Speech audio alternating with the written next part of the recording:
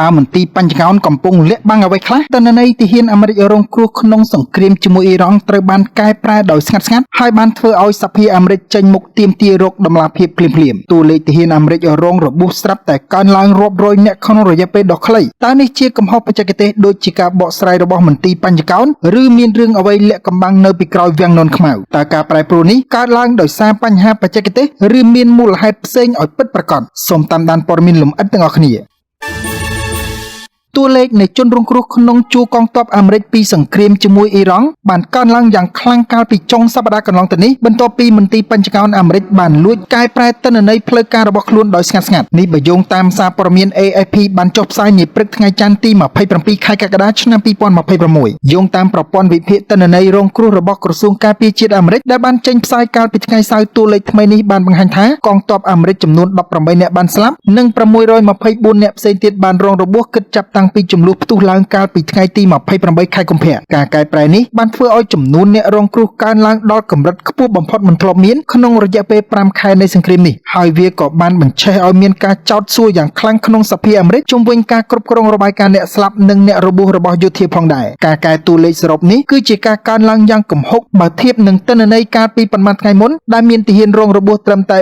484នាក់ប៉ុណ្ណោះកាន់តែគួរឲ្យសង្ស័យនោះគឺទាហានអាមេរិក4នាក់ដែលបានស្លាប់ក្នុងពេលប្រយុទ្ធគ្នាថ្មីៗនេះត្រូវបានគេលុបចេញពីបញ្ជីអ្នកស្លាប់មួយរយៈពេលខ្លីមុនពេលដាក់បញ្ចូលទៅក្នុងប្រភេទថ្មីមួយដាច់ដោយឡែកដែលគេឲ្យឈ្មោះថាប្រតិបត្តិការក្រៅប្រទេសដែលចាប់ផ្ដើមរាប់បញ្ចូលតាំងពីថ្ងៃទី7ខែកក្កដាមកជុំវិញភាពមិនប្រក្រតីនេះអ្នកនាំពាក្យមន្ទីរបញ្ចកោនលោក Joe Vades និងលោក Sean Panel បានចេញមុខបកស្រាយថាតួលេខខុសពីមុនមិនមែនជាការលាក់បាំងព័ត៌មាននោះទេក៏ប៉ុន្តែវាបណ្ដាលមកពីបញ្ហាបច្ចេកទេសនិងការរអាក់រអួលទិន្នន័យបណ្ដោះអាសន្ននៅលើគេហទំព័រតែប៉ុណ្ណោះបើទោះបីជាមានការបកស្រាយបែបនេះក្តីក៏សមាជិកព្រឹទ្ធសភាខាងគណៈបកប្រជាធិបតេយ្យចំនួន12រូបកាលពីសប្តាហ៍មុនបានសរសេរសម្បត្តិផ្ញើទៅកាន់រដ្ឋមន្ត្រីការពារជាតិលោក Pete Hegseth ដើម្បីទាមទារការបញ្យល់ឲ្យបានច្បាស់លាស់អំពីការប្រែប្រួលទិន្នន័យនេះនិងស្នើសុំតម្លាភាពពេញលេញដើម្បីរក្សាទំនុកចិត្តពីសាធារណជនការលាតត្រដាងទិន្នន័យថ្មីនេះកើតឡើងស្របពេលដែលកងទ័ពអាមេរិកកំពុងស្ថិតនៅក្នុងការប្រុងប្រយ័ត្នខ្ពស់នៅឡើយបើទោះបីជាមានការផ្អាកបាញ់គ្នាជាបណ្ដោះអាសន្នរយៈពេល2យប់ជាប់គ្នាក៏ដោយ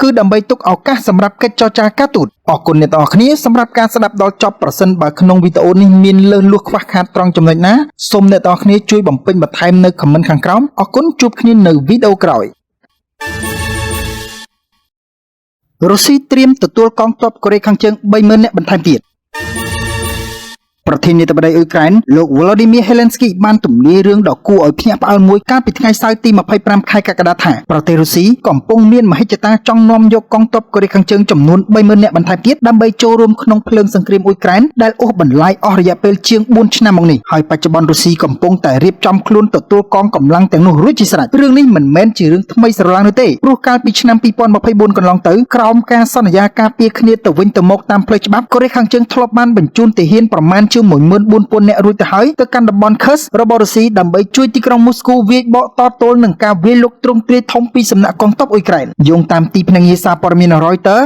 នៅក្នុងសារជាវីដេអូប្រចាំថ្ងៃលោក Zelensky បានគូបញ្ជាក់យ៉ាងច្បាស់ថាអ៊ុយក្រែនកំពុងតាមដានយ៉ាងដិតដល់នៅកិច្ចសហប្រតិបត្តិការយោធារវាងរុស្ស៊ីនិងកូរ៉េខាងជើងលោកបានបញ្ជាក់ថាការរៀបចំទទួលកងទ័ពថ្មីទាំង 30,000 នាក់នេះគឺបានចាប់ផ្ដើមធ្វើឡើងនៅក្នុងតំបន់ Voronezh របស់ប្រទេសរុស្ស៊ីចាប់តាំងពីខែមិថុនាមកម្ល៉េះអ្វីដែលគួរឲ្យព្រួយបារម្ភជាងនេះទៅទៀតនោះគឺលោកបន្ថែមថាទីក្រុងព្យូយ៉ាងក៏កំពុងត្រៀមបញ្ជូនប្រព័ន្ធបាញ់មីស៊ីលប៉ាឡេស្ទិកម៉ូដែលថ្មីៗទៅផ្គត់ផ្គង់ឲ្យយោធារុស្ស៊ីបន្ថែមទៀតផងដែលនេះគឺជាការចាក់សាំងបន្ថែមលើភ្លើងសង្គ្រាមមេដឹកនាំអ៊ុយក្រែនរូបនេះបានសង្កត់ធ្ងន់ប្រាប់ពិភពលោកថានេះមិនមែនជាការគំរាមកំហែងតែចំពោះប្រទេសអ៊ុយក្រែនមួយតែប៉ុណ្ណោះទេក៏ប៉ុន្តែវាក៏ជាគ្រោះថ្នាក់ដ៏ធំមួយសម្រាប់តំបន់ទាំងមូលលោកបានបញ្យល់ថាទីក្រុងមូស្គូកំពុងជួយបង្ហាត់បង្រៀនកូរ៉េខាងជើងឲ្យចេះធ្វើសង្គ្រាមពិតប្រាកដជួយកែលម្អគុណភាពអាវុធរបស់ពួកគេនិងផ្ដល់ឱកាសមាសឲ្យកងទ័ពទាំងនោះទទួលបានបទពិសោធន៍ប្រយុទ្ធជាក់ស្ដែងនៅលើទីលានពិតស្ថានភាពបែបនេះបាននឹងកំពុងបង្កជាការគំរាមកំហែងយ៉ាងធ្ងន់ធ្ងរបំផុតដល់គ្រប់បណ្ដាប្រទេសទាំងអស់នៅក្នុងទ្វីបអាស៊ីដែលស្ថិតនៅក្នុងរង្វង់ចម្ងាយគោលដៅនៃមីស៊ីលរបស់កូរ៉េខាងជើងបើទោះបីជាត្រូវប្រឈមនឹងស្ថានភាពដ៏តានតឹងយ៉ាងណាក៏ដោយលោក Zelensky បានបដិញ្ញាចិត្តយ៉ាងមុតមាំថាអ៊ុយក្រែន